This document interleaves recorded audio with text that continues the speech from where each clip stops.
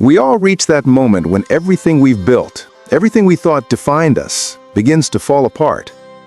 The job you poured your soul into vanishes overnight. The relationship you thought would last forever slips through your fingers. The dream you chased for years suddenly feels meaningless.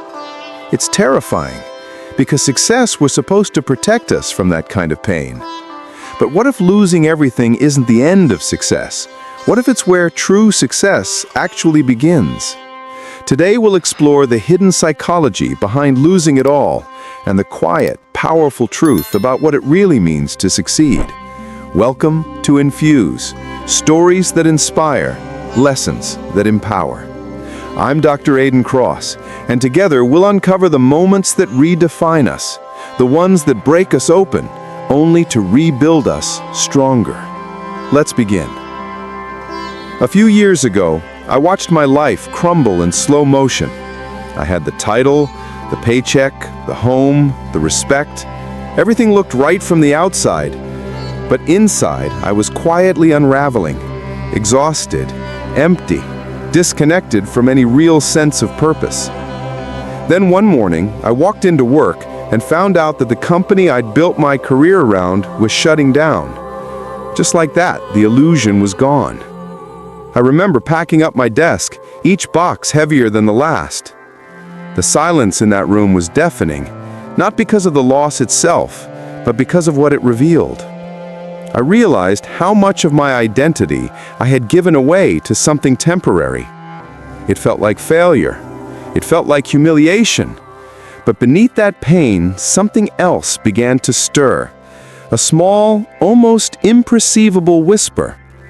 Maybe this is where you finally start living differently. In psychology, there's a term called ego attachment. It's when we confuse who we are with what we have, our roles, achievements, or possessions. The stronger that attachment, the harder we fall when life inevitably shifts. When the ego breaks, the mind resists. It panics. It scrambles to rebuild the illusion.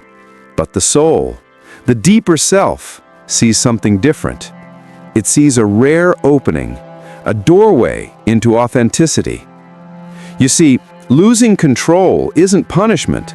It's an invitation to release the false layers we've mistaken for self-worth. That's why so many of the world's most transformative stories begin with loss. Because only when the old identity collapses can a new, truer one emerge. There's a story I often share with my students, the story of Howard Schultz, the man who turned a small coffee shop in Seattle into what we now know as Starbucks. But before the global brand, there was just a boy from the Brooklyn projects watching his father lose job after job. No health care, no security, no dignity.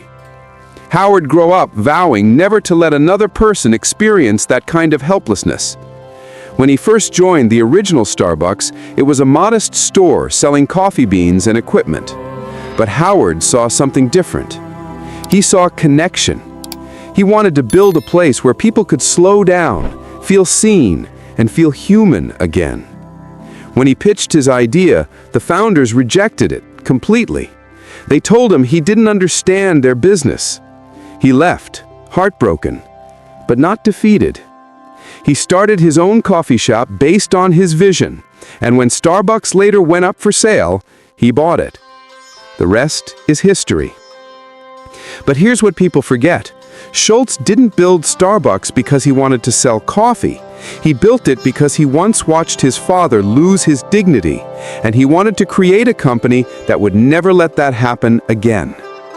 That's what losing everything can do. It burns away the surface goals and brings you face to face with your why. We live in a world obsessed with metrics, followers, income, titles, milestones. But success isn't a finish line. It's not even a destination. It's a direction, one that aligns with who we are, not what we have. In therapy, there's a concept known as values-based living.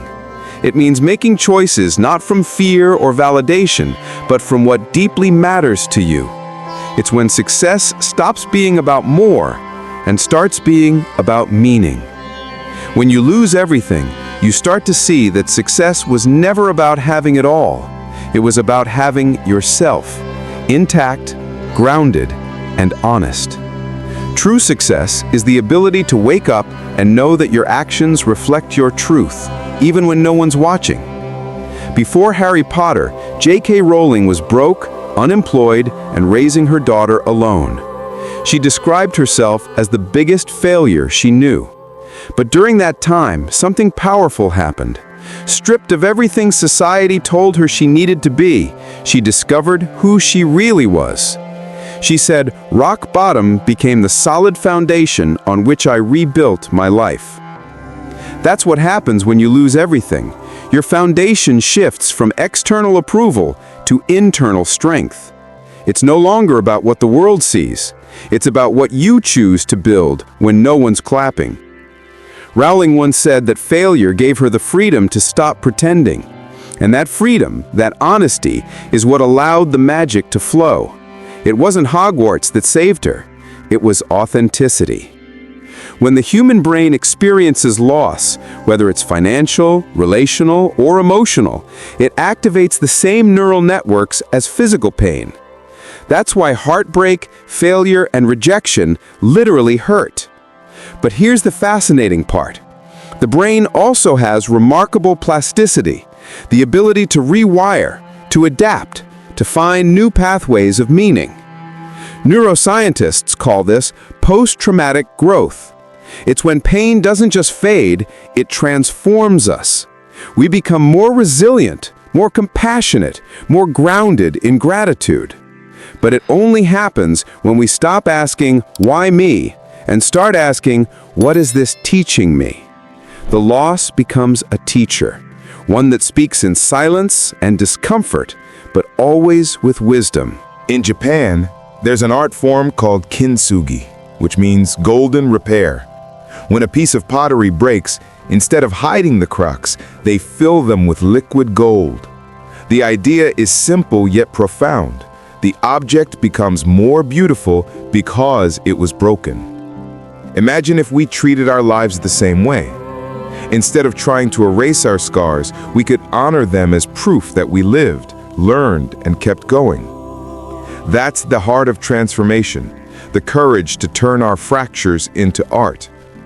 The people who have truly found success aren't the ones who avoided pain. They're the ones who made peace with it, learned from it, and let it shape them into something extraordinary. In 1985, Steve Jobs was fired from Apple, the very company he co-founded. He called it devastating. He said he felt publicly humiliated and lost. But looking back, Jobs said that being fired was the best thing that ever happened to him. It freed him to enter one of the most creative periods of his life. He went on to start Next and Pixar, two ventures that transformed technology and storytelling. Years later, Apple bought Next, and Jobs returned to rebuild the company that had once rejected him. When he looked back, he said, "It was awful tasting medicine, but I guess the patient needed it." That's what loss does. It humbles us. It recenters us. It strips away what's inauthentic, leaving only the essential: purpose. Success isn't the applause or the headline. It's not the luxury, the recognition, or the comfort. It's the quiet knowing that you didn't give up when life tried to break you. It's the peace of mind that comes from living your truth, even when no one understands it. Psychologically speaking, success isn't about outcomes, it's about alignment. When your thoughts, values, and actions move in harmony, you feel alive. That's success. When you're honest enough to walk away from something that no longer serves you, that's success. When you can fail and still choose kindness, that's success. When you can lose everything but not your integrity, that's success. We spend years chasing something we can hold, only to realize the most valuable things were never physical. They were patience, courage, empathy, wisdom, peace. After I lost my job, I went through months of uncertainty. I questioned everything. But slowly, I began rebuilding, this time differently. I started writing, speaking, teaching. Not from a desire to impress, but from a need to express. And I discovered something I'd missed for years: fulfillment. Success stopped being about climbing higher, it became about digging deeper. It was about creating from love, not fear. About contributing, not competing. I realized that I hadn't lost my life. I had just lost the version of it that wasn't mine to begin with. And maybe that's the real miracle of losing everything. It gives you back yourself. Every time I share this story, someone asks, but how do you know when you've succeeded? And I always say, when you stop needing the world to tell you that you have. Because the moment you define success on your own terms, you become untouchable. No loss can break you, no failure can define you, and no opinion can control you. You start to live in alignment with something deeper, purpose. And that's when life stops being about surviving and starts being about serving. So, if you've lost everything, maybe, just maybe, life isn't falling apart. Maybe it's falling into place. Thank you for joining me on Infuse, stories that inspire, lessons that empower. If this story spoke to you, take a moment to share it with someone who might need a reminder that it's never too late to begin again. Because sometimes losing everything is how we find what matters most. I'm Dr. Aiden Cross, and I'll see you in the next story.